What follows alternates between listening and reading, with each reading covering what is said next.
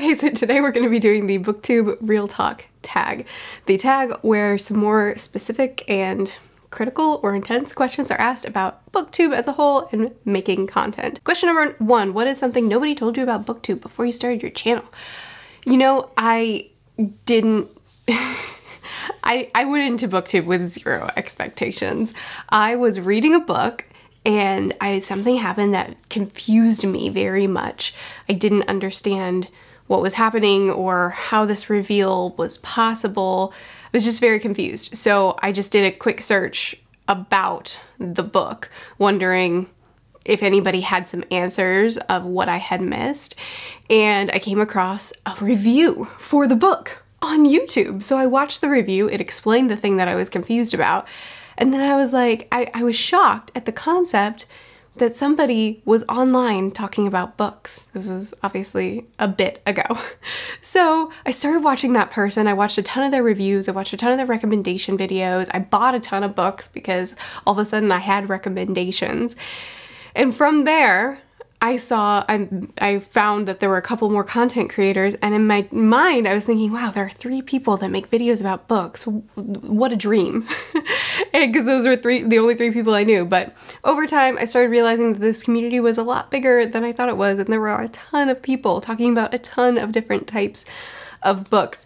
And once I realized that not only was this a bigger community than just 3 people, but that it's super accessible. Like, people were making videos on their phones. It was very low key. I was like, yes, sign me up. So I hadn't even been watching Booktube for very long.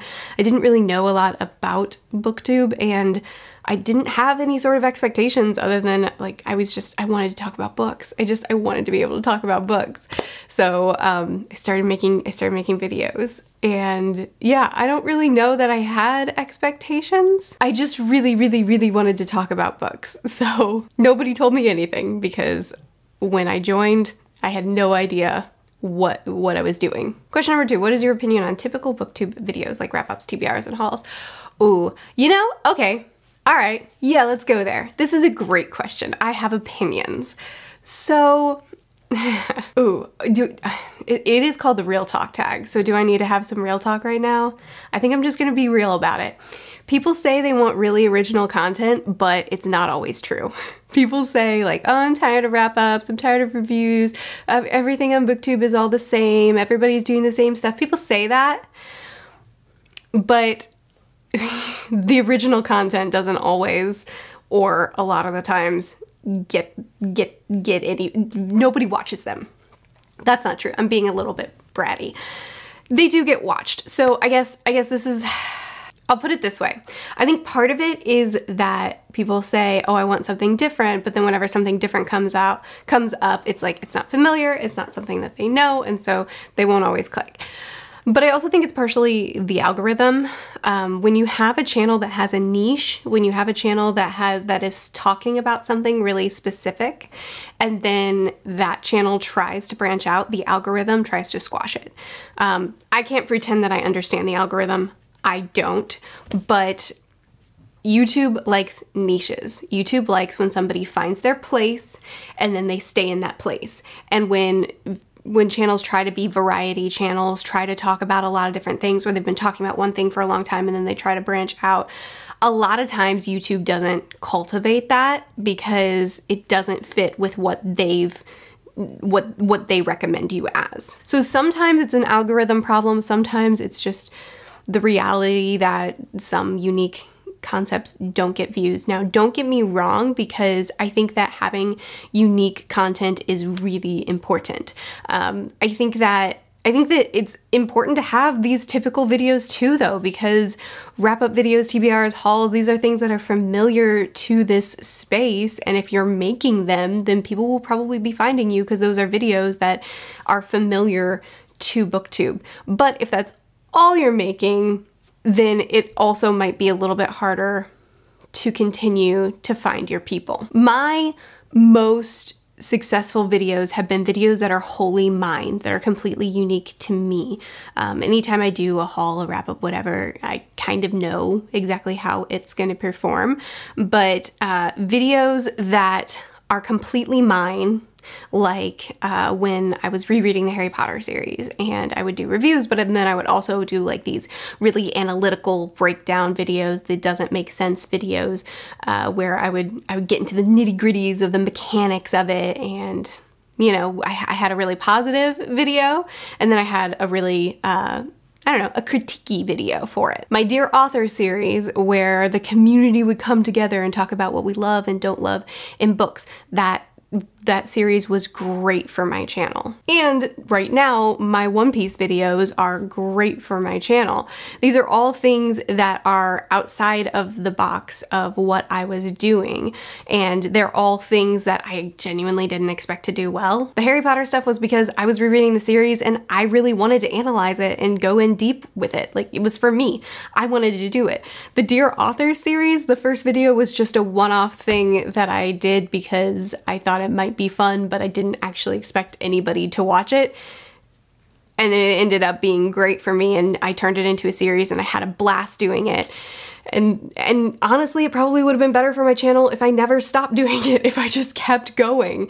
But you also got to do the content that makes you happy, and when I was fatigued with the series, I stopped, because it's not fun to do videos that you don't like. Or I wasn't disliking it, but it's not fun to do videos if you're not enjoying them, then really what's the point? And then One Piece, I never would have expected, because it's manga, and I don't see very many people talking about manga on Booktube. There's MangaTube, but here on this platform, I don't see many people talking about. I'm brand new to manga, so I don't know what I'm talking about.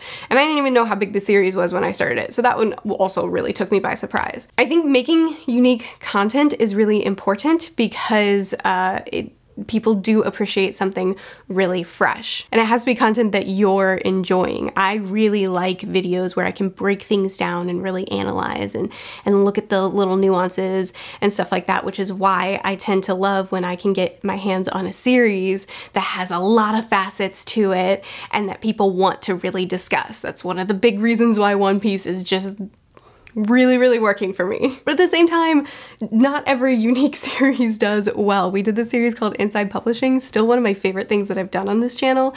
We traveled, we got involved with a bunch of different people, we were breaking down the ins and outs of publishing a book, and man, I loved it. I loved this series, and at the end of it, I look back and I'm like, that is some content that I'm really proud of that I made. Some of my worst performing content on the channel. It just didn't do well. The people that were watching it, we had incredible feedback for it. People were loving it, but not everybody, most people weren't watching it. And I think that that happens a lot of times no matter what sphere you're in. My husband is really into watches and really into photography, and he watches a lot of videos on both, and he has told me that people in those two communities say the exact same thing. A big photography project where you do a lot of behind the scenes, or when you're doing a big project and it's this big elaborate production, and I'll watch it and I'm not even into photography and I'm like, man, this is incredible. And it doesn't get very much interaction at all, but let me read you the specs of this new camera, it does great. Same for watches. There was someone that did this big production about like showing how a watch is made, and it was very visually pleasing, it was very cinematic, and didn't perform well at all, but here's a new watch that's out. Let me tell you my thoughts on it. Does amazing. I think just in general, a lot of times, some videos like Smarter Every Day does really, really great production videos that do amazing. And it's just one of those things where if you're gonna do something really unique and you're gonna do something that you put a lot of time into, sometimes it'll take off and it'll be great for your channel, and sometimes it won't. It'll completely flop. So for me, I just think, make the content that you love. If I'm doing something and I'm not loving it, I'll drop it, even if it's great for my channel. If I'm doing something and it's performing terribly, I'll keep doing it, even though it's not great for my channel, because at the end of the day, you can't guarantee what the algorithm is gonna pick up or what people are gonna click on. You can only guarantee that you make yourself happy with the content you're producing. And you know, like, reviews don't get clicks. They just don't do well. But I'm not gonna stop doing them, because getting to really discuss a story in depth is what I make videos for. So anyway, that was kind of That went off the rails, didn't it? What do I think of typical booktube content? I think it's super important. I think that it's great for people to be able to find you because those are the videos that are very consistent and that people are familiar with, and this is a lot of times how people find you.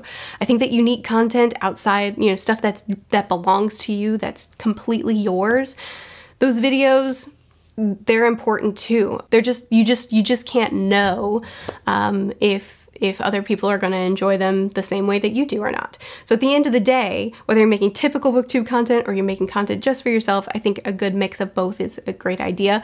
But whatever you're making, you just have to be making the kind of content you like, because people notice if you're not enjoying yourself in your videos. And because you're going to give up on your hobby if you don't like your hobby anymore. All right, I'll try to be a little bit more concise. Moving forward. Question number 3. What is an assumption you had about booktube before you joined? Was it proven to be correct or not? Oh, it's kind of, I guess I have the same answer as I gave for question number 1. I didn't really have any assumptions. I didn't have any expectations at all. I just wanted to talk about books. I didn't know the community was so big. I didn't know anything. I just wanted to talk about books. So that's just what I did. Question number 4, what is something you've done that has actually helped you grow your audience? Oh man, I kind of answered this one too. Ooh, doing a bad job. That's helped me grow my audience. I think just trying out of the box stuff. Sometimes it flops. My inside publishing project, we spent months on that. We traveled to multiple states. We worked with people, and it was a total flop of a series. I'm still crazy proud of it. I love it. I'm thrilled that I did it. I'm really, really glad I did it because it's a series that was burning in my chest for a very long time, and I wouldn't have been satisfied if I never at least made the attempt. I did, and that's not true. A lot of people passed it by, and they're welcome to do that. People can choose whatever they want to watch. A lot of people passed it by, but at the end of the project, I still sit back and I'm like, I did something great. I'm really proud of this. I'm very happy that I did this project. I'm glad I did something that I was really passionate about. But then there are other things that I do just for me because I want to do it, or a one-off video that I don't expect to be anything, like Dear Authors. The first video for that was genuinely just, I can't think of anything else to do, so let's try this. It was a throwaway concept that I never expected to grow into what it was. But then there are other things that it's just like, I'm just really passionate about the series, so I'm gonna talk about it a lot, whether people want to hear me talk about it or not. And sometimes when I've done that, people don't care, and that's fine. I do it for myself. Sometimes when I do that, people hang out with me and read along too. But just, I think, constantly trying new things, constantly trying to find really fun concepts that I enjoy, that I love doing. Sometimes they completely flop, sometimes they take off and the people that are watching my channel love it too, and then the videos grow. I really just think trying new things and only doing what you love is probably really beneficial because, like I said, people can tell if you're not liking what you're making, you know, like people can tell if you're going through the motions or you're just doing something because it's popular and not because you like it. With Dear Authors, the first concept I did was Dear Authors, Please Stop. And that video, I don't really think it was that great. But when it did really well, I thought, okay, so how can I change this and shift this into something that has this concept, but that I really enjoy doing a lot more. And then I kind of molded it to fit me just right. And I continued with it until I was done with it. So I think, yeah, just like constantly thinking outside of the box, trying to come up with things that belong to you, that are only yours, and making sure that you're loving it. And even if it's doing well for your channel, if you're not loving it anymore, drop it. Because it's not worth making content that you don't like. People notice and it ruins your hobby. Question number 5, what is a common mistake you see new booktubers making, or one that you made? Well, I'm not here to poo on other people's content. A mistake that I made early on? I don't really know. I probably don't have a good answer for this because the thing that's coming to my mind isn't really a mistake. It's just more when I look back at my channel, the videos that I'm the least proud of and the ones that the parts of my channel where I feel like my channel wasn't at its best are usually the times when my mental health is not great. When I am still trying to make content, when I'm not doing well, I feel like my content really suffers. You can kind of tell that I'm not doing great, and the way I present myself a lot of times isn't kind all the time. I have some reviews that I'm just like, I wish I had handled that better. But yeah, it's been the times when I'm not well that I think my content is at its worst. So mistakes, I don't know. Maybe just like take a break when you need a break. Because when you're running on fumes, or when you've got a lot going on in your personal life and you don't feel like making videos, but you're afraid that if you stop making videos, people will stop watching, I don't know. You do what you want. But I feel like, looking back at my channel, there are times where I should have taken a break, and I wish I had. Question number 6, what are your thoughts on working with publishers and or sponsorships? This is a great question. In the beginning of my channel, I did not want to do any kind of sponsorships. And then, I mean, real talk, we really needed, like, we were in a tough spot. We needed the money. I took on a sponsorship. I made sure that it was someone that I loved, I wanted to use. It was Squarespace. Squarespace was my first sponsor. And I already made my own website through them. I loved their platform. I believed in them. So I took the sponsorship. And I hated doing it at first because I was just reading a script. I was reading a script and I was telling people to check out Squarespace, and I hated it so much. I didn't like interrupting my own content just to read a script for someone else's. So I, oh, how real do we want to get here? The videos, the sponsorships weren't bringing much in. And so I was like, okay, well, they're not gonna re-up this contract with me, right? Like, I can see how I'm doing. Nobody's clicking on Squarespace. They're not gonna want to keep working with me. So in my last ad for them, for the contract I had, I just decided to do something really outrageous. I just decided to have fun with it because it was like, what are they gonna do? This is my last ad with them. So it was my video review for The Shining, and halfway through the video, I interrupted the video to just have like this creepy kind of ghost girl thing, and she did the ad. It was the first time I did like a character for an ad, and it was kind of just my like, they're not gonna invite me back. Let's just do something dumb. And it was fun. And that was the one that they were like, oh, hey, people are clicking. Do you want to keep going? Do you want to keep working with us? And so then I told them, I was like, okay, as long as I can keep doing dumb stuff, I'll keep working with you. And they were like, great, do it. So now, I pretty much just use the same people over and over again, because dealing with sponsors, sometimes it's a delight. Sometimes their people are really pleasant to work with. They're quick to respond. They're super chill. They don't really, as long as you get the point across, they don't really care that you read the script perfectly. And then there are other companies that are not as fun to work with. So I found the people I like and I just stick with them. So now anytime I would, if somebody wanted to sponsor me and I was interested, I would just say, can I make a joke of the ad? I mean, can I kind of make fun of the company? Can I put on a bit that's completely ridiculous? And if they're cool with it, then I go with it. Because that's the only fun way to do ads for me. That's the only way I like doing them. It's a lot more time intensive. It's a lot more creative labor intensive. So sometimes I'm just like, why do you do this? Just read a script. This takes so much time, but it's the only way I enjoy doing it. Basically, if I can make myself look dumb, people enjoy it a lot more. So I kind of just leaned into that. But I think sponsorships are great. I personally choose not to work with sponsorships where I'm getting paid to review a book. The closest I've come is there were 2 sponsorships I took on where a publisher was asking me to just promote a book. I didn't have to read it, just promote it. And I did it 2 times, and both times I did the ad and then I tried the book and I hated the book and just like DNF'd both of them. So I was like, I don't need to be doing this anymore. But I've never done a sponsorship where I'm getting paid to review a book. And that's just because I just worry that would potentially hinder trust between me and my subscribers. I don't think there's anything wrong with doing that. People I follow will do that. They'll do a paid review and I'll watch that and I'm like, cool, I want to see what they put out there. Because at the end of the day, you gotta either trust the people that you're following or stop following them. Especially here in the book sphere where it's like we're Like, you're watching me to get book discussions or book talks or book recommendations. So if you don't trust me, if you don't think I'm telling the truth about if I liked something or not, then like, why are you here? So for me, I don't really care if somebody is sponsored to review a book because I trust them. I trust that they're telling me the truth, otherwise I wouldn't be watching them.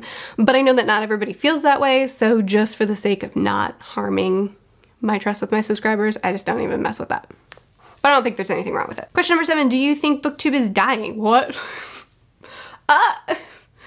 It's so specific. What do you mean? Is Booktube dying? Do y'all know something I don't know? I don't think so.